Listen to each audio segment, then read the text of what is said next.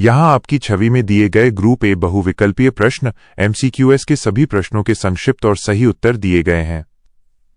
Group A बहुविकल्पीय प्रश्न के उत्तर। 1. 1917 ई की रूसी क्रांति के समय रूस का शासक कौन था? माइनस। उत्तर ऑन सी जार निकोलस द्वितीय। 2. जार निकोलस द्वितीय की पत्नी का क्या नाम था? Minus. Uttar C Alexandra. 3.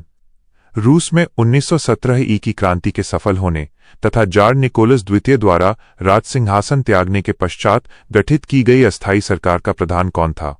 Uttar of A प्रिंसलवाव। Note: बाद में केरेंस्की इसके प्रधान बने थे, लेकिन शुरुआत में प्रिंसलवाव थे। 4. रूस का क्रांतिकारी केरेंस्की किस दल से संबंधित था? उत्तर डी समाजवादी सोशलिस्ट रेवोल्यूशनरी। 5. बोल्शेविक क्रांति कब हुई? उत्तर और डी नवंबर 1917 नए कैलेंडर के अनुसार 7 नवंबर 1917 और पुराने रूसी कैलेंडर के अनुसार अक्टूबर 1917। 6. नवंबर 1917 की रूस की बोल्शेविक क्रांति के पश्चात रूस के शासन की बागडोर किसके हाथों में आई थी? माइनस। उत्तर ऑफ बी लेनिन। 7. मार्च 1917 की क्रांति किस शहर में प्रारंभ हुई थी? माइनस। उत्तर ऑफ डी पेट्रोग्राद। 8. क्रांति के समय रूस की राजधानी थी? माइनस। उत्तर ऑफ डी पेट्रोग्राद। 9. लेनिन रूस का प्रधानमंत्री कब बना? उत्तर ए 1917 ई नवंबर 1917 में बोल्शेविक क्रांति के तुरंत बाद। 10.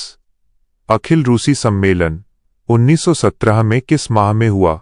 माइनस। उत्तर ऑफ बी जून।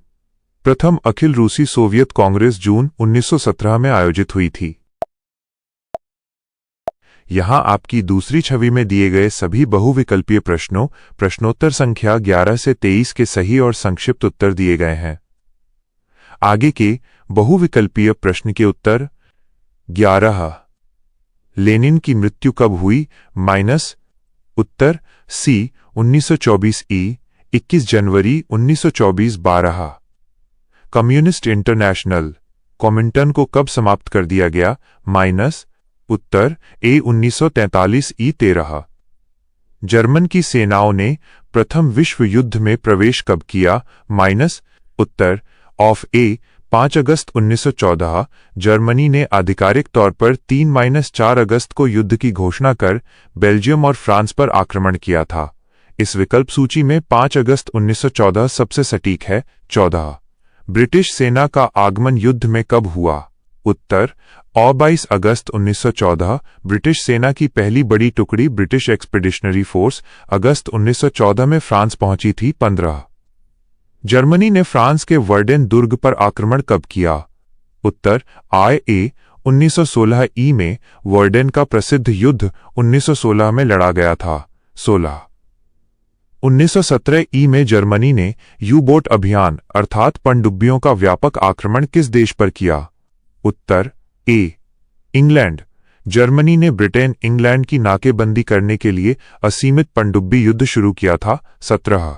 वर्साई की संधि कब हुई? उत्तर ऑफ ए 28 जून 1919 ई। 18.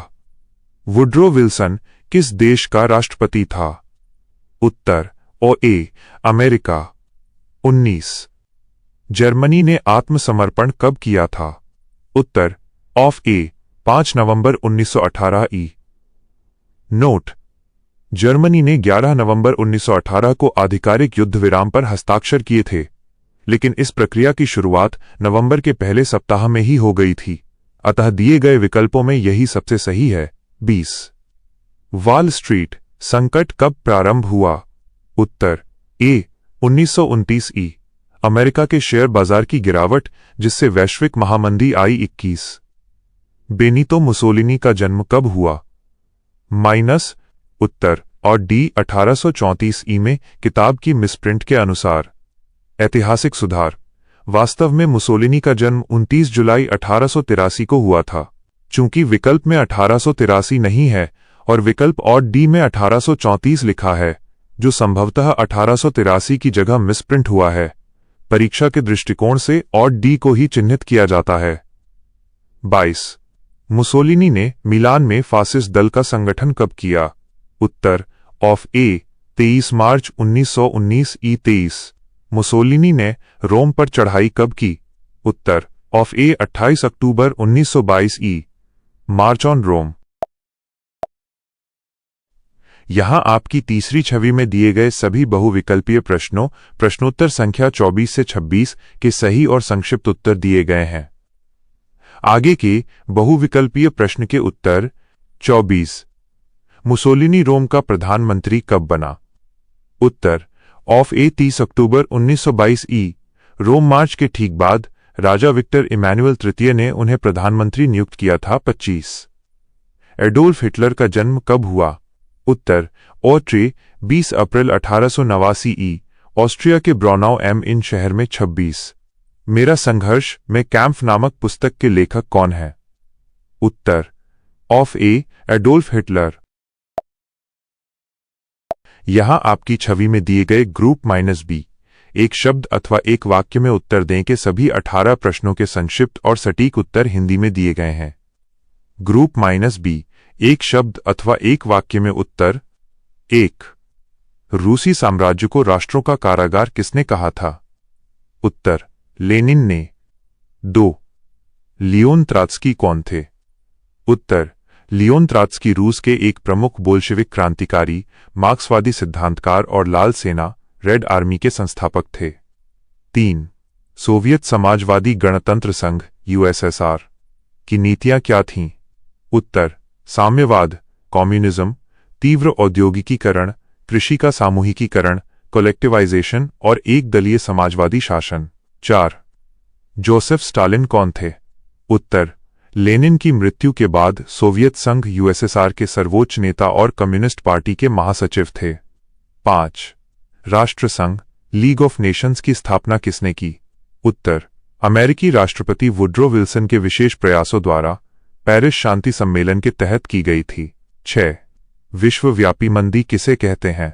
उत्तर सन 1929 में अमेरिका के शेयर बाजार वॉल स्ट्रीट के गिरने से शुरू हुई भयंकर वैश्विक आर्थिक गिरावट को विश्वव्यापी मंदी ग्रेट डिप्रेशन कहते हैं। 7 विश्वव्यापी मंदी से किन दो देशों पर प्रभाव नहीं पड़ा? उत्तर सोवियत संघ यूएसएसआर पर इसका कोई प्रभाव नहीं पड़ा था। पाठ्यपुस्तक के संदर्भ में दूसरे देश के रूप में आत्मनिर्भर या बंद अर्थव्यवस्था वाले देशों का नाम आता है, परंतु मुख्य रूप से सोवियत संघ अप्रभावित रहा। 8 फ्रैंकलिन डी रूजवेल्ट कब अमेरिका के राष्ट्रपति बने? उत्तर 1933 ई में मार्च 1933। 9 नई पेशकश न्यू डील किसे कहा जाता है? उत्तर अमेरिकी राष्ट्रपति फ्रैंकलिन डी रूजवेल्ट द्वारा 1929 की महान मंदी से उबरने के लिए शुरू किए गए आर्थिक और सामाजिक सुधार कार्यक्रमों को न्यू डील कहा जाता है। 10 फैसियो का शाब्दिक अर्थ क्या है? उत्तर लकड़ियों का गट्ठर जो एकता और शक्ति का प्रतीक है। 11 फासीवाद शब्द की उत्पत्ति किस भाषा से हुई है? उत्तर इतालवी इटालियन भाषा के शब्द फैशिज्मो से, जिसका मूल लैटिन शब्द फैसिस है। 12 बेनितो मुसोलिनी का जन्म कब और कहां हुआ था? उत्तर 29 जुलाई 1883 ई को इटली के प्रेडापियो में हुआ था। 13 फासिस्ट दलों के सैनिकों का पहनवा क्या था? उत्तर काली कमीज, इसीलिए उन्हें ब्लैक शर्ट्स या काली कुर्ती दल भी कहा जाता था। 14 एडोल्फ हिटलर का जन्म कब और कहां हुआ था? उत्तर 20 अप्रैल 1889 ई को ऑस्ट्रिया के ब्रॉनाउ एम इन नामक शहर में हुआ था। 15 हिटलर जर्मनी का राष्ट्रपति कब बना? उत्तर 1934 ई में राष्ट्रपति हिंडनबर्ग की मृत्यु के बाद हिटलर ने चांसलर और राष्ट्रपति के पद को मिलाकर स्वयं को फ्यूरर घोषित कर दिया था। 16 नरोदिक या पॉपुलिस्ट किसे कहा जाता है? उत्तर 19वीं सदी के उत्तरार्ध में रूस के उन समाजवादी क्रांतिकारियों को कहा जाता था जो किसानों को जागृत कर जारशाही के खिलाफ आंदोलन चलाना चाहते थे। 17 वाइमर संविधान की घोषणा कब की गई? उत्तर 11 अगस्त 1919 ई को जर्मनी में। 18 नाजी दल का मूल सिद्धांत क्या था? उत्तर उग्र राष्ट्रवाद, आर्य नस्ल की सर्वोच्चता, सच्चा जर्मन रक्त, यहूदियों का विरोध और एकतंत्र तानाशाही शासन। ग्रुप -C अतिलघु उत्तरीय प्रश्न के उत्तर। प्रश्न 1-7। 1. फरवरी की क्रांति किसे कहा जाता है? जनता की 4 महत्वपूर्ण मांगें क्या थीं? उत्तर: मार्च 1917। रूसी पुराने कैलेंडर के अनुसार फरवरी में पेट्रोग्राद में जारशाही के दमनकारी शासन के खिलाफ जो जन विद्रोह हुआ, जिसके कारण जार निकोलस द्वितीय को अपना सिंहासन छोड़ना पड़ा, उसे फरवरी क्रांति कहते हैं।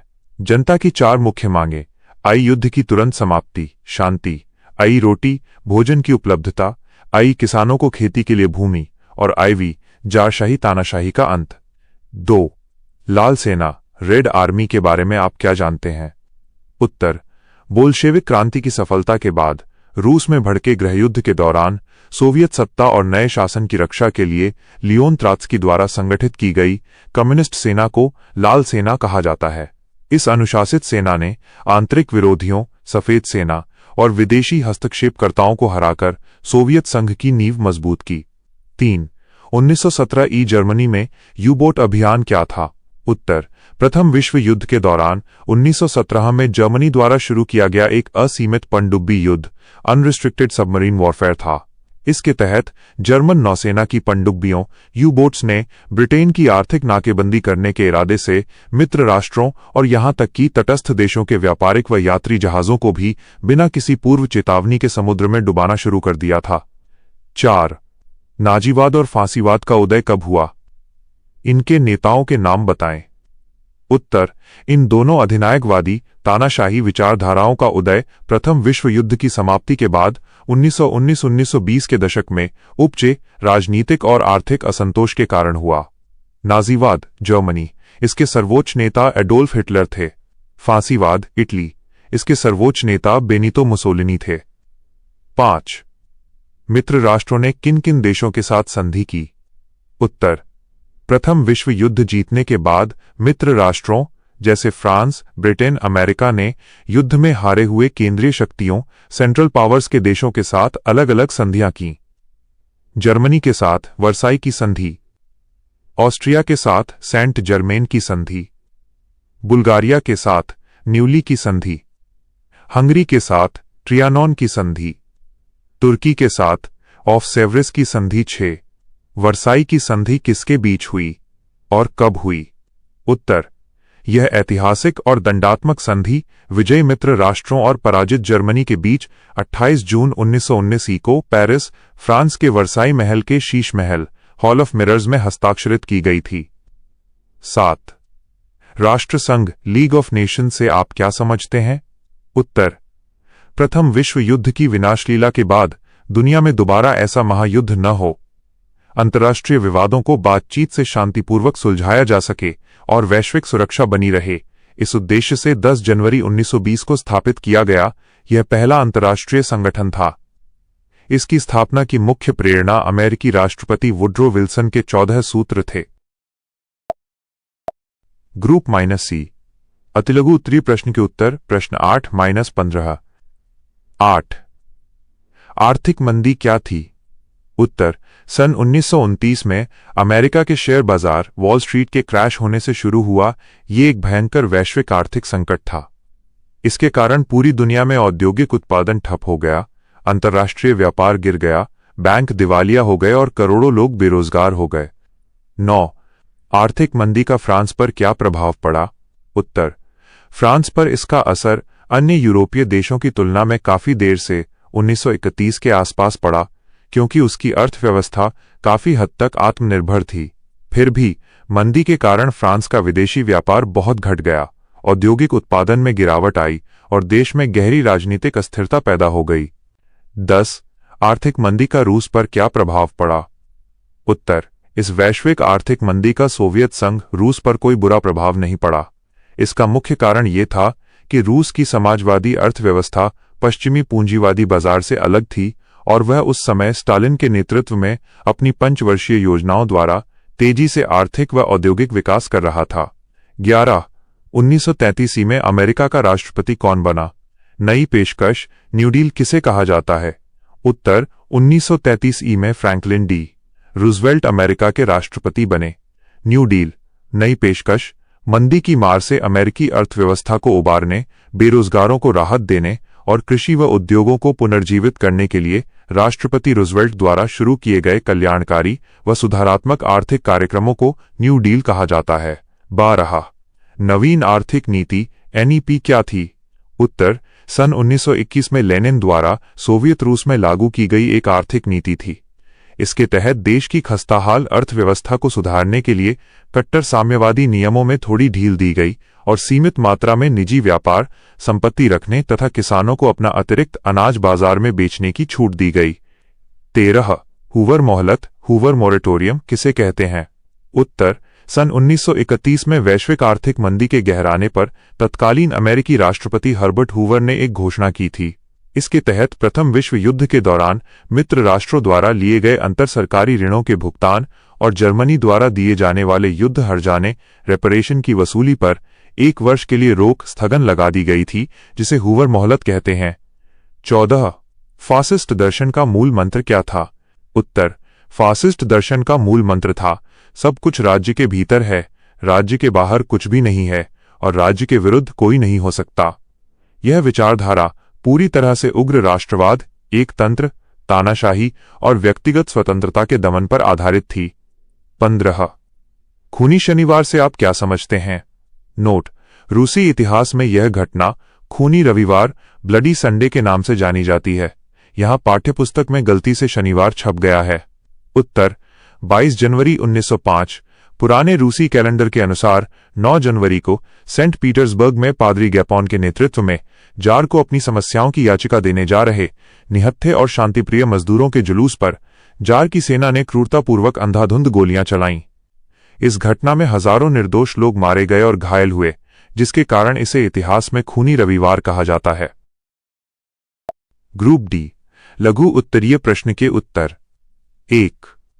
क्रांति से पहले रूस की परिस्थितियां क्या थीं? क्रांति से पहले 20वीं सदी के प्रारंभ में रूस की परिस्थितियां अत्यंत दयनीय और अशांत थीं, जिसके मुख्य कारण निम्नलिखित हैं। निरंकुश राजशाही। रूस का शासक जार निकोलस द्वितीय एक अत्याचारी और जिद्दी राजा था, जो आम जनता की भलाई पर ध्यान नहीं देता था। आर्थिक बदहाली। रूस में उद्योग कम थे और जो थे वे विदेशी पूंजीपतियों के नियंत्रण में थे। मजदूरों का शोषण चरम पर था। किसानों का असंतोष। रूस की 85% आबादी कृषि पर निर्भर थी, लेकिन अधिकांश भूमि बड़े जमींदारों के पास थी। किसान भारी करों और भूखमरी से त्रस्त थे। प्रथम विश्व युद्ध का प्रभाव। युद्ध में रूसी सेना की भारी हार हो रही थी, जिससे लाखों सैनिक मारे गए और देश में अनाज की तीव्र कमी हो गई। 2. क्रांति का आरंभ कैसे हुआ?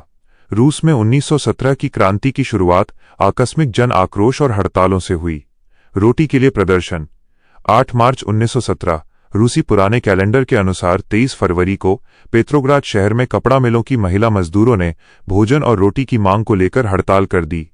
मजदूरों का जुड़ना। अगले ही दिन हजारों अन्य कारखानों के मजदूर भी इनके समर्थन में सड़कों पर उतर आए। सेना का विद्रोह। जब जार ने आंदोलन को कुचलने के लिए सैनिकों को गोली चलाने का आदेश दिया, तो सैनिकों ने निहत्थे प्रदर्शनकारियों पर गोली चलाने से मना कर दिया और वे खुद क्रांतिकारियों के साथ मिल गए। जार का पतन। चारों तरफ से घिर जाने और सेना का नियंत्रण खो देने के बाद 15 मार्च 2 मार्च को जार निकोलस द्वितीय को अपनी गद्दी छोड़नी पड़ी। 3. रूस के क्रांति के परिणाम क्या थे? 1917 की रूसी क्रांति, विशेषकर बोल्शेविक क्रांति के परिणाम दूरगामी और ऐतिहासिक रहे। जारशाही का अंतः रूस से सदियों पुरानी निरंकुश जारशाही राजतंत्र का हमेशा के लिए खात्मा हो गया। प्रथम समाजवादी राज्य की स्थापना। दुनिया में पहली बार मार्क्सवादी सिद्धांतों पर आधारित कम्युनिस्ट साम्यवादी सरकार बनी और सोवियत संघ USSR का उदय हुआ। आर्थिक बदलाव। जमींदारों की भूमि छीनकर किसानों में बांट दी गई और उद्योगों व बैंकों का राष्ट्रीयकरण, सरकारी नियंत्रण कर दिया गया। विश्व राजनीति पर प्रभाव। इस क्रांति ने पूरी दुनिया में पूंजीवाद के खिलाफ मजदूर और किसान आंदोलनों को प्रेरित किया तथा उपनिवेशों में स्वतंत्रता संग्राम को बल दिया। 4. रूस की क्रांति के समय वहां की सामाजिक स्थिति का उल्लेख करें। क्रांति के समय रूस का समाज असमानता और शोषण पर आधारित था, जिसे मुख्य रूप से 3 वर्गों में देखा जा सकता है। उच्च वर्ग, कुलीन और पादरी। इस वर्ग के पास देश की अधिकांश जमीन, धन और राजनीतिक विशेषाधिकार थे। ये लोग किसी भी प्रकार का टैक्स नहीं देते थे और विलासिता का जीवन जीते थे। कृषक वर्ग, किसान, रूस की अधिकांश जनसंख्या किसानों की थी। इनके पास बहुत छोटे खेत थे और खेती के पुराने तौर तरीके थे। जमींदारों के अत्याचार और करों के बोझ के कारण ये कर्ज में डूबे रहते थे। श्रमिक वर्ग, मजदूर, औद्योगिकीकरण के कारण शहरों में मजदूरों की संख्या बढ़ी थी। इन्हें गंदे कारखानों में 12-15 घंटे काम करना पड़ता था। मजदूरी बहुत कम मिलती थी और उनके रहने की जगह अत्यंत दयनीय थी। उनमें चेतना आ चुकी थी और वे बदलाव चाहते थे। 5. क्रांति के समय वहां की राजनीतिक स्थिति क्या थी? क्रांति के समय रूस की राजनीतिक व्यवस्था पूरी तरह सड़ चुकी थी और पतन की ओर थी। अयोग्य और निरंकुश शासन। जार निकोलस द्वितीय दैवीय अधिकारों में विश्वास रखता था। वो पूरी तरह से अपनी पत्नी जारिना एलेक्स और एक ढोंगी साधु रासपुतिन के प्रभाव में था, जिससे प्रशासन में भ्रष्टाचार फैल गया था। राजनीतिक अधिकारों का अभाव। आम जनता को भाषण, प्रेस या संगठन बनाने की कोई स्वतंत्रता नहीं थी। जार की गुप्तचर पुलिस चेका विरोधियों का बेरहमी से दमन करती थी। डूमा की विफलता। 1905 की क्रांति के बाद जार ने संसद डूमा बनाने की अनुमति तो दी, लेकिन वह उसके अधिकारों को बार बार भंग कर देता था, जिससे लोकतांत्रिक सुधारों की उम्मीद खत्म हो गई। विपक्षी दलों का उदय।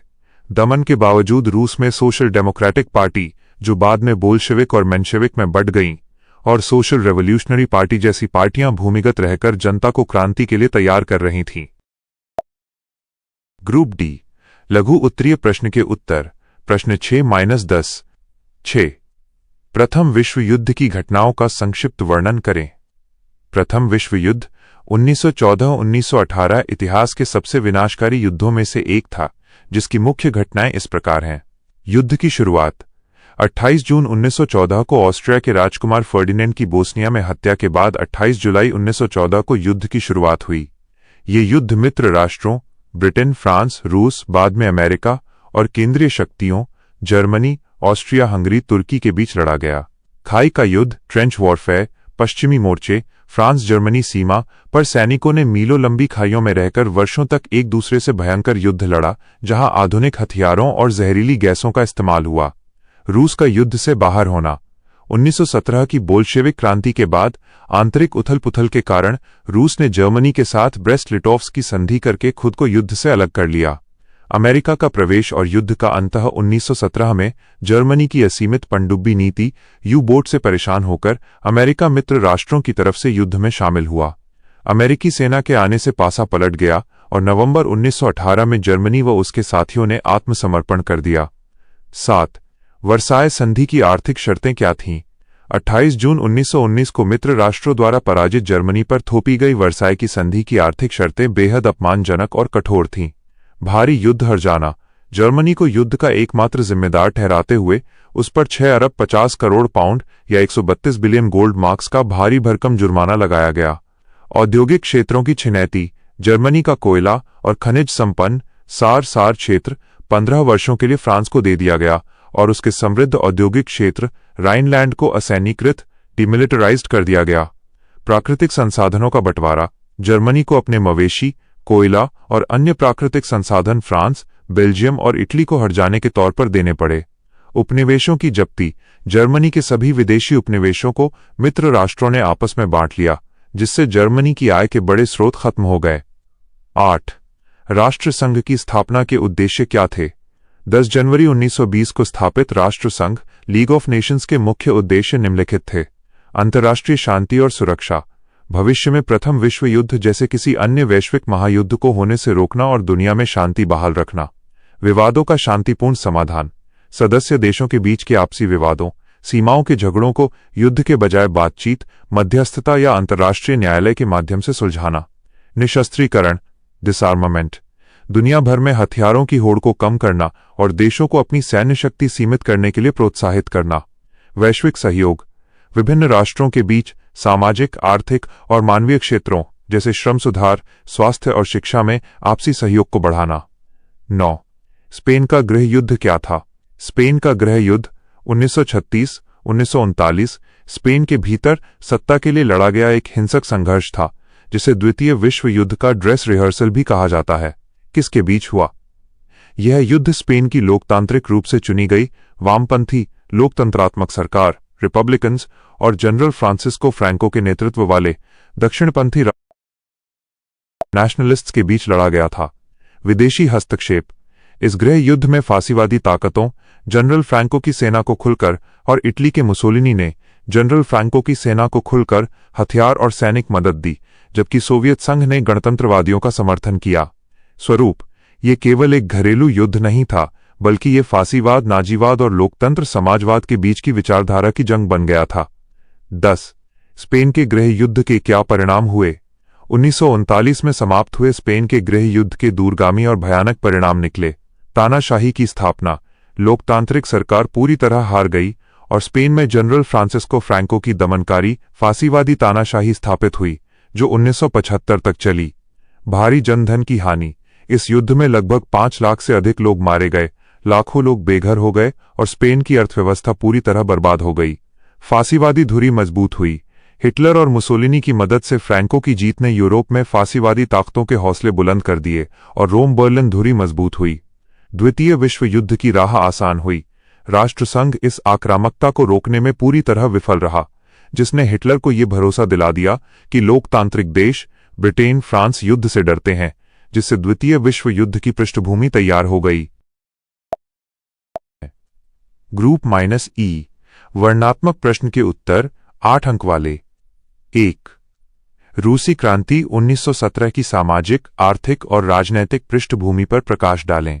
1917 की रूसी क्रांति कोई आकस्मिक घटना नहीं थी, बल्कि ये जारशाही के दमन और समाज में व्याप्त गहरे असंतोष का परिणाम थी। इसकी पृष्ठभूमि के 3 मुख्य कारण थे। राजनैतिक पृष्ठभूमि। जार की निरंकुशता। रूस का शासक जार निकोलस द्वितीय एक स्वेच्छाचारी राजा था, जो राजा के दैवीय अधिकारों में विश्वास करता था। वो आम जनता के लोकतांत्रिक अधिकारों और किसी भी प्रशासनिक सुधार के सख्त खिलाफ था। प्रशासनिक भ्रष्टाचार और अयोग्यता। रूस का प्रशासनिक तंत्र पूरी तरह भ्रष्ट हो चुका था। जार अपनी पत्नी जारीना एलेक्स और एक ढोंगी व बदनाम साधु रासपुतिन के इशारों पर काम करता था, जिससे राजदरबार की छवि जनता की नजरों में गिर चुकी थी। अधिकारों का दमन। रूस में नागरिकों को भाषण, प्रेस या राजनीतिक दल बनाने की कोई स्वतंत्रता नहीं थी। जार की क्रूर गुप्तचर पुलिस चेका विरोधियों को बिना मुकदमा चलाए साइबेरिया भेज देती या मार देती थी। सामाजिक पृष्ठभूमि। गहरी सामाजिक असमानता। रूसी समाज मुख्य रूप से विशेषाधिकार संपन्न वर्ग, कुलीन जमींदार और पादरी तथा विशेषाधिकार विहीन वर्ग, किसान और मजदूर में बटा हुआ था। उच्च वर्ग बिना कोई टैक्स दिए विलासितापूर्ण जीवन जीता था। कृषकों की बदहाली। रूस की लगभग 85% जनता कृषि पर निर्भर थी, लेकिन अधिकांश उपजाऊ भूमि बड़े जमींदारों के पास थी। किसान छोटे छोटे खेतों पर पुराने ढंग से खेती करते थे और भारी करों के नीचे दबे हुए थे। मजदूरों का शोषण। कारखानों में औद्योगिक श्रमिकों की स्थिति अमानवीय थी। उनसे दिन में 12-15 घंटे काम कराया जाता था। मजदूरी अत्यंत कम थी और वे गंदी संकरी बैरकों, डॉर्मिटरी में रहने को मजबूर थे, जिससे उनमें क्रांतिकारी भावनाएं तेजी से पनपी। आर्थिक पृष्ठभूमि। विदेशी पूंजी पर निर्भरता। रूस के अधिकांश बड़े उद्योगों में पश्चिमी देशों, फ्रांस, ब्रिटेन की पूंजी लगी थी। पूंजीपति केवल अपना मुनाफा कमाकर बाहर ले जाते थे, जिससे रूसी अर्थव्यवस्था कमजोर हो रही थी और मजदूरों का शोषण बढ़ रहा था। प्रथम विश्व युद्ध का आघात। 1914 में शुरू हुए युद्ध ने रूस की रही सही आर्थिक कमर भी तोड़ दी। खेतों और कारखानों में काम करने वाले सक्षम पुरुषों को जबरन सेना में भर्ती कर लिया गया, जिससे देश में अनाज का उत्पादन ठप हो गया। रेल व्यवस्था ठप होने से शहरों में भुखमरी फैल गई और महंगाई चरम पर पहुंच गई। 2. रूसी क्रांति का समकालीन दुनिया पर सामाजिक, राजनैतिक एवं आर्थिक प्रभाव का उल्लेख करें। 1917 की रूसी क्रांति ने 20वीं शताब्दी के वैश्विक इतिहास की दिशा बदल दी। इसके दुनिया पर निम्नलिखित व्यापक प्रभाव पड़े। राजनैतिक प्रभाव। प्रथम समाजवादी राज्य का उदय। कार्ल मार्क्स के साम्यवादी सिद्धांतों पर आधारित सोवियत संघ यूएसएसआर का गठन हुआ। इसने अंतर्राष्ट्रीय राजनीति को पूंजीवादी और साम्यवादी नामक 2 विरोधी गुटों में विभाजित कर दिया। साम्राज्यवाद विरोधी आंदोलनों को प्रेरणा। सोवियत सरकार ने स्पष्ट रूप से घोषणा की कि वो हर प्रकार के औपनिवेशिक शोषण के खिलाफ है। इससे भारत, चीन, वियतनाम जैसे गुलाम देशों के राष्ट्रवादियों को अपने स्वतंत्रता संग्राम के लिए भारी वैचारिक और नैतिक प्रोत्साहन मिला। साम्यवादी दलों की स्थापना। रूस की सफलता को देखकर दुनिया भर के अनेक देशों में कम्युनिस्ट पार्टियों की स्थापना हुई, जिन्होंने अपने देशों में शोषित वर्ग की आवाज उठाना शुरू किया। आर्थिक प्रभाव। नियोजित अर्थव्यवस्था की शुरुआत। रूस ने राज्य नियंत्रित पंचवर्षीय योजनाओं 5 ईयर प्लान्स के माध्यम से बहुत कम समय में भारी औद्योगिक विकास करके दिखाया। इस आर्थिक मॉडल ने दुनिया को बहुत प्रभावित किया और द्वितीय विश्व युद्ध के बाद भारत सहित कई लोकतांत्रिक देशों ने भी आर्थिक नियोजन को अपनाया। पूंजीवाद को चुनौती। निजी संपत्ति के खात्मे और उत्पादन के साधनों, जमीन, कारखाने, बैंक के राष्ट्रीयकरण ने पश्चिमी पूंजीवादी देशों की मुक्त बाजार नीतियों को कड़ी चुनौती दी। सामाजिक प्रभाव। श्रमिक और किसान वर्ग की प्रतिष्ठा। इस क्रांति ने इतिहास में पहली बार समाज के सबसे गरीब और शोषित वर्ग, मजदूरों और किसानों को राज्य के शासन की धुरी बनाया। कल्याणकारी राज्य, वेलफेयर स्टेट का जन्म। साम्यवाद के बढ़ते प्रभाव को अपने देशों में रोकने के लिए पूंजीवादी सरकारों को भी अपनी नीतियां बदलनी पड़ी। उन्होंने अपने यहाँ श्रमिकों के लिए काम के घंटे तय किए, न्यूनतम मजदूरी कानून बनाए और स्वास्थ्य, शिक्षा तथा सामाजिक सुरक्षा जैसी योजनाएं शुरू की। 3. विश्व युद्ध के परिप्रेक्ष्य में अंतर्राष्ट्रीय संबंध पर प्रकाश डालें। प्रथम विश्व युद्ध 1914-1918 ने तत्कालीन वैश्विक व्यवस्था को पूरी तरह ध्वस्त कर दिया और अंतर्राष्ट्रीय कूटनीति में बुनियादी बदलाव किए। गुप्त संधियों की राजनीति का अंतः युद्ध से पहले यूरोपीय महाशक्तियों के बीच होने वाली गोपनीय संधियों, सीक्रेट अलायंसेस ने अविश्वास का माहौल बनाया, जो युद्ध का मुख्य कारण बना। युद्ध के बाद अमेरिकी राष्ट्रपति वुड्रो विल्सन के प्रयासों से अंतर्राष्ट्रीय संबंधों में खुले राजनय, ओपन डिप्लोमेसी और पारदर्शिता को अनिवार्य माना जाने लगा। 4 शक्तिशाली साम्राज्यों का पतन। युद्ध के भीषण परिणामों के कारण यूरोप के 4 सबसे बड़े और पुराने साम्राज्य, जर्मनी का होहेंजोलर्न, ऑस्ट्रिया हंगरी का हैब्सबर्ग, रूस का रोमनोव और तुर्की का ऑटोमन साम्राज्य पूरी तरह समाप्त हो गए, जिससे यूरोप का राजनीतिक शक्ति संतुलन बदल गया। यूरोप के मानचित्र का पुनर्गठन। राष्ट्रीय आत्मनिर्णय के सिद्धांत को अपनाते हुए यूरोप की सीमाओं को दोबारा तय किया गया। इसके तहत Poland, Finland, Czechoslovakia, Yugoslavia, Estonia, Latvia और लिथुआनिया जैसे कई नए स्वतंत्र और संप्रभु राष्ट्रों का जन्म हुआ। अमेरिका का महाशक्ति के रूप में उदय। इस युद्ध ने ब्रिटेन और फ्रांस जैसी पारंपरिक यूरोपीय ताकतों को भारी आर्थिक क्षति पहुंचाई। इसके विपरीत युद्ध के दौरान मित्र राष्ट्रों को भारी कर्ज और हथियार देने के कारण अमेरिका दुनिया का सबसे बड़ा कर्जदाता, क्रेडिटर देश बनकर उभरा। इससे वैश्विक राजनीति का केंद्र बिंदु यूरोप से स्थानांतरित होकर अमेरिका की तरफ चला गया। स्थायी अंतर्राष्ट्रीय संगठन, राष्ट्रसंघ। विश्व इतिहास में पहली बार विभिन्न देशों के बीच के विवादों को युद्ध के बजाय शांतिपूर्ण बातचीत और मध्यस्थता से सुलझाने के लिए 1920 में राष्ट्रसंघ, लीग ऑफ नेशंस की स्थापना की गई। इसने बहुपक्षीय अंतर्राष्ट्रीय संबंधों और सामूहिक सुरक्षा की एक नई व्यवस्था की नींव रखी। 4. विल्सन की 14 सूत्रीय योजना क्या थी? जनवरी 1918 में अमेरिकी राष्ट्रपति वुड्रो विल्सन ने प्रथम विश्व युद्ध को समाप्त करने और भविष्य में एक न्यायसंगत एवं स्थायी वैश्विक शांति स्थापित करने के लिए 14 सूत्रों, पॉइंट्स की एक योजना प्रस्तुत की थी। खुला राजनय, ओपन डिप्लोमेसी। भविष्य में कोई भी गुप्त अंतर्राष्ट्रीय समझौता नहीं किया जाएगा। सभी संधियां सार्वजनिक और पारदर्शी होंगी। समुद्र की स्वतंत्रता, फ्रीडम ऑफ द सीज। युद्ध और शांति दोनों ही समय में सभी देशों के जहाजों को अंतर्राष्ट्रीय समुद्री सीमाओं में बिना रोक टोक आने जाने की आजादी होगी। व्यापारिक बाधाओं का अंतर्राष्ट्रीय व्यापार को बढ़ावा देने के लिए विभिन्न राष्ट्रों के बीच से आर्थिक प्रतिबंधों को हटाया जाएगा। निशस्त्रीकरण, डिसआर्मामेंट। सभी देश अपने हथियारों की संख्या को न्यूनतम स्तर पर लाएंगे, जो केवल आंतरिक सुरक्षा के लिए जरूरी हो। राष्ट्रीय आत्मनिर्णय का अधिकार, सेल्फ डिटर्मिनेशन। ऑस्ट्रिया हंगरी और ऑटोमन तुर्की साम्राज्य के अधीन रहने वाली विभिन्न राष्ट्रीयताओं को अपनी पसंद की सरकार चुनने का अधिकार होगा।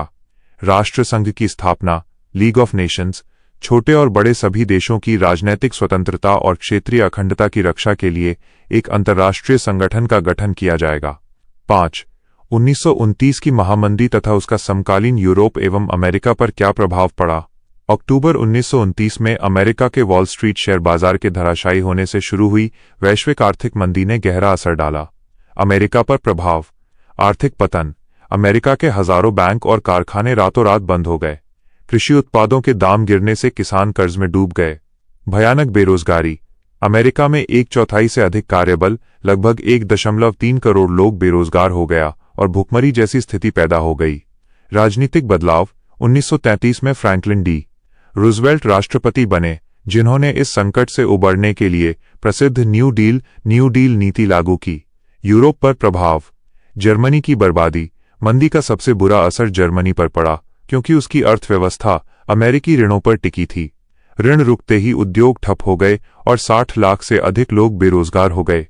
इसी बदहाली का फायदा उठाकर हिटलर और नाजीवाद का उदय हुआ। ब्रिटेन और फ्रांस में संकट। ब्रिटेन का विदेशी व्यापार आधा रह गया और पाउंड का अवमूल्यन करना पड़ा। फ्रांस में औद्योगिक उत्पादन गिर गया और गहरी राजनीतिक अस्थिरता पैदा हुई। तानाशाही का प्रसार। आर्थिक संकट के कारण लोगों का लोकतांत्रिक सरकारों से भरोसा उठ गया, जिससे इटली और जर्मनी जैसी उग्र तानाशाह शक्तियों को बढ़ावा मिला। 6. फांसीवाद के उदय के क्या कारण थे? फांसीवाद के सिद्धांत बताएं। ए. फांसीवाद के उदय के कारण। वर्साई की संधि से असंतोष। प्रथम विश्व युद्ध में मित्र राष्ट्रों की ओर से लड़ने के बावजूद इटली को इच्छित क्षेत्र नहीं मिले, जिसे इतालवी जनता ने अपना राष्ट्रीय अपमान माना। मुसोलिनी ने इसी असंतोष को भुनाया। आर्थिक संकट और बेरोजगारी। युद्ध के बाद इटली में भारी महंगाई, व्यापार घाटा और सैनिकों की छंटनी के कारण व्यापक बेरोजगारी फैल गई थी, जिससे आम जनता तंग आ चुकी थी। साम्यवाद। कम्युनिज्म का डर। रूस की क्रांति से प्रेरित होकर इटली के मजदूरों ने कारखानों पर कब्जे शुरू कर दिए थे। इस लाल डर से घबराकर बड़े पूंजीपतियों और जमींदारों ने मुसोलिनी के फासिस्ट दल को भारी आर्थिक मदद दी। लोकतांत्रिक सरकार की विफलता। युद्ध के बाद इटली में बनी गठबंधन सरकारें कानून व्यवस्था बनाए रखने और आर्थिक संकट को दूर करने में पूरी तरह असफल रहीं, जिससे जनता का लोकतंत्र से भरोसा उठ गया। और बी. फांसीवाद के मुख्य सिद्धांत। राज्य की सर्वोच्चता। फांसीवाद का मूल मंत्र है, सब कुछ राज्य के भीतर है, राज्य के बाहर कुछ भी नहीं है और राज्य के विरुद्ध कोई नहीं है। यह व्यक्तिगत स्वतंत्रता को पूरी तरह खारिज करता है। एक दलीय शासन और एक नेता में विश्वास। ये विचारधारा बहुदलीय लोकतांत्रिक व्यवस्था का विरोध करती है और एक ही सर्वशक्तिमान नेता, जैसे इटली में मुसोलिनी माइनस इल दूचे खोल की तानाशाही में विश्वास रखती है। उग्र राष्ट्रवाद और सैन्यवाद। फांसीवाद राष्ट्र को सर्वोच्च मानता है और युद्ध व सैन्य शक्ति का गुणगान करता है। मुसोलिनी का मानना था कि जिस प्रकार महिलाओं के लिए मातृत्व है, उसी प्रकार पुरुषों के लिए युद्ध है। बुद्धिवाद और लोकतंत्र का विरोध। ये स्वतंत्रता, समानता और बंधुत्व जैसे लोकतांत्रिक मूल्यों को कमजोर और अक्षम मानता है और तर्क के स्थान पर अंधभक्ति व बल प्रयोग पर जोर देता है। साम्यवाद और अंतर्राष्ट्रीयता का विरोध। ये साम्यवाद वर्ग संघर्ष का पूरी तरह विरोधी है और राष्ट्रसंघ जैसी अंतर्राष्ट्रीय संस्थाओं को नकारते हुए केवल राष्ट्रीय हितों को सर्वोपरि रखता है। 7. मुसोलिनी के नेतृत्व में फासिस्ट दल की शक्ति के विकास का उल्लेख करें। प्रथम विश्व युद्ध के बाद इटली में मुसोलिनी के नेतृत्व में फासिस्ट दल, फैशिस्ट पार्टी का उत्थान और शक्ति का विकास अत्यंत तीव्र गति से हुआ, जिसके प्रमुख चरण निम्नलिखित थे। फासिस्ट दल की स्थापना 1919। बेनितो मुसोलिनी ने 23 मार्च 1919 को मिलान शहर में फासियो डी कॉम्बैटिमेंटो, फाशी डी कॉम्बैटिमेंटो नामक संगठन बनाया। शुरुआत में इसमें युद्ध से लौटे असंतुष्ट सैनिक और उग्र राष्ट्रवादी शामिल हुए। काली कमीज दल, ब्लैक शर्ट्स का गठन। मुसोलिनी ने अपने दल के भीतर एक अर्ध सैनिक बल तैयार किया, जिसके सदस्य काली कमीज पहनते थे। इस दल ने देश भर में साम्यवादियों, समाजवादियों और हड़ताल करने वाले मजदूरों पर हिंसक हमले करके पूंजीपतियों और जमींदारों का दिल जीत लिया, जिससे दल को भारी आर्थिक मदद मिलने लगी। चुनौतीपूर्ण राजनीतिक माहौल का फायदा। 1919 से 1922 के बीच इटली की लोकतांत्रिक सरकारें बेहद कमजोर थीं। वे आर्थिक मंदी, दंगों और बेरोजगारी को रोकने में पूरी तरह विफल रहीं। मुसोलिनी ने इस अराजकता का लाभ उठाकर खुद को देश में कानून व्यवस्था बहाल करने वाले एकमात्र मजबूत नेता के रूप में पेश किया। रोम पर चढ़ाई। मार्च ऑन रोम 1922। फासिस्ट दल की शक्ति का सबसे बड़ा प्रदर्शन 28 अक्टूबर 1922 को हुआ, जब मुसोलिनी के आह्वान पर हजारों काली कमीज वाले फासिस्टों ने रोम की ओर कूच कर दिया। इस सैन्य दबाव के आगे झुकते हुए इटली के राजा विक्टर इमैनुएल तृतीय ने मुसोलिनी को देश का प्रधानमंत्री नियुक्त कर दिया। पूर्ण तानाशाही की स्थापना। सत्ता में आने के बाद मुसोलिनी ने धीरे धीरे लोकतांत्रिक संस्थाओं को नष्ट कर दिया। 1926 तक उसने सभी विपक्षी दलों पर प्रतिबंध लगा दिया, प्रेस पर सेंसरशिप लगा दी और खुद को इल दूचे एल ड्यूस माइनस सर्वोच्च नेता घोषित कर पूर्ण तानाशाही स्थापित कर ली। 8. नाजीवाद के उत्थान के क्या कारण थे? जर्मनी में एडोल्फ हिटलर के नेतृत्व में नाजीवाद नाजिज्म का उत्थान 20वीं सदी की एक अत्यंत महत्वपूर्ण घटना थी। इसके प्रमुख कारण निम्नलिखित थे। वर्साई की अपमानजनक संधि। प्रथम विश्व युद्ध में जर्मनी की हार के बाद मित्र राष्ट्रों ने उस पर वर्साई की अत्यंत कठोर और दंडात्मक संधि थोप दी। जर्मनी के समृद्ध भूभाग छीन लिए गए और उस पर भारी जुर्माना लगाया गया। जर्मन जनता इस अपमान को भूल नहीं पा रही थी और हिटलर ने इसी भावना को भड़काया। वाइमर गणराज्य की विफलता। युद्ध के बाद जर्मनी में स्थापित लोकतांत्रिक सरकार वाइमर रिपब्लिक बेहद कमजोर और अस्थिर थी। वो देश की समस्याओं और वर्साई की संधि के कलंक को धोने में पूरी तरह असफल रही, जिससे जनता का लोकतंत्र से मोहभंग हो गया। 1929 की भीषण आर्थिक महामंदी। इस मंदी ने जर्मनी को पूरी तरह तबाह कर दिया। उद्योग धंधे बंद हो गए, मुद्रा का मूल्य समाप्त हो गया और लगभग 60 लाख लोग बेरोजगार हो गए। भूखमरी और लाचारी के इस दौर में हिटलर ने जनता को रोजगार और सुनहरे भविष्य का भरोसा दिया। साम्यवाद का डर। रूस की क्रांति के बाद जर्मनी में भी कम्युनिस्टों का प्रभाव बढ़ रहा था। जर्मनी के अमीर उद्योगपति और मध्यम वर्ग साम्यवादी क्रांति के डर से हिटलर की नाजी पार्टी की ओर आकर्षित हुए और उसे भारी वित्तीय सहायता दी। हिटलर का चमत्कारी और आक्रामक व्यक्तित्व। हिटलर एक असाधारण और प्रभावशाली वक्ता था।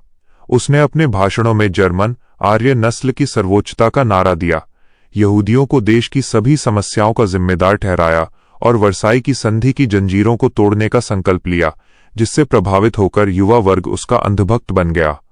9. नाजीवाद दल के उद्देश्य तथा सिद्धांत क्या थे?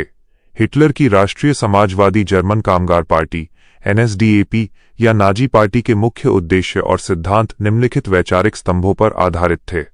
उग्र राष्ट्रवाद और वर्साई संधि का अंत। उद्देश्य। नाजी दल का प्राथमिक उद्देश्य वर्साई की संधि को पूरी तरह खारिज करना, खोए हुए जर्मन क्षेत्रों को वापस पाना और सभी जर्मन भाषी लोगों को मिलाकर एक विशाल जर्मनी, ग्रेटर जर्मनी का निर्माण करना था। आर्य नस्ल की सर्वोच्चता सिद्धांत।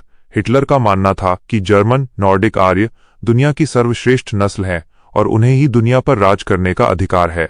नाजीवाद शुद्ध रक्त की शुद्धता बनाए रखने पर अत्यधिक बल देता था। यहूदी विरोध एंटीसेमिटिज्म। ये नाजीवाद का सबसे क्रूर सिद्धांत था। नाजियों का मानना था कि जर्मनी की प्रथम विश्व युद्ध में हार, आर्थिक मंदी और सामाजिक पतन के पीछे यहूदियों का हाथ है। अतः वे यहूदियों को जर्मनी से पूरी तरह समाप्त या निष्कासित करना चाहते थे। एकतंत्र और अधिनायकवाद टोटलिटेरियनिज्म। नाजीवाद लोकतंत्र, व्यक्तिगत स्वतंत्रता और बहुदलीय व्यवस्था का पूर्ण विरोधी था। इसका सिद्धांत था एक राष्ट्र, एक साम्राज्य, एक नेता, ein Volk, ein Reich, ein Führer। Hitler की इच्छा ही देश का सर्वोच्च कानून थी। लेबेंसराउम या रहने योग्य स्थान सिद्धांत। इस सिद्धांत के अनुसार जर्मन आबादी के विकास के लिए पूर्वी यूरोप, विशेषकर रूस और पोलैंड के क्षेत्रों पर कब्जा करके जर्मनी के भौगोलिक क्षेत्र का विस्तार करना अनिवार्य माना गया था। 10. स्पेन के गृह युद्ध का महत्व तथा परिणाम बताएं। 1936 से 1939 तक चला स्पेन का गृह युद्ध 20वीं शताब्दी के इतिहास में अत्यंत महत्वपूर्ण माना जाता है, क्योंकि इसने द्वितीय विश्व युद्ध का मार्ग प्रशस्त किया। स्पेन के गृह युद्ध का महत्व। वैचारिक युद्ध का अखाड़ा। यह युद्ध स्पेन की लोकतांत्रिक वामपंथी सरकार रिपब्लिकन्स और जनरल फ्रांसिस्को फ्रैंको की दक्षिणपंथी सैन्य तानाशाही नेशनलिस्ट्स के बीच था। यह पूरे विश्व के लिए लोकतंत्र बनाम फासीवाद की लड़ाई का प्रतीक बन गया। द्वितीय विश्व युद्ध की प्रयोगशाला ड्रेस रिहर्सल। हिटलर और मुसोलिनी ने इस युद्ध का उपयोग अपनी सेना, नए लड़ाकू विमानों और टैंकों की मारक क्षमता का परीक्षण करने के लिए किया। स्पेन के गुएर्निका शहर पर की गई हवाई बमबारी ने आधुनिक युद्ध की विभीषिका का ट्रेलर दुनिया को पहले ही दिखा दिया था। स्पेन के गृह युद्ध के परिणाम। फ्रैंको की तानाशाही की स्थापना। मित्र राष्ट्रों ब्रिटेन और फ्रांस की निष्क्रियता के कारण लोकतांत्रिक सरकार हार गई और स्पेन में जनरल फ्रांसिस्को फ्रैंको की दमनकारी सैन्य तानाशाही स्थापित हुई, जो 1975 तक चली।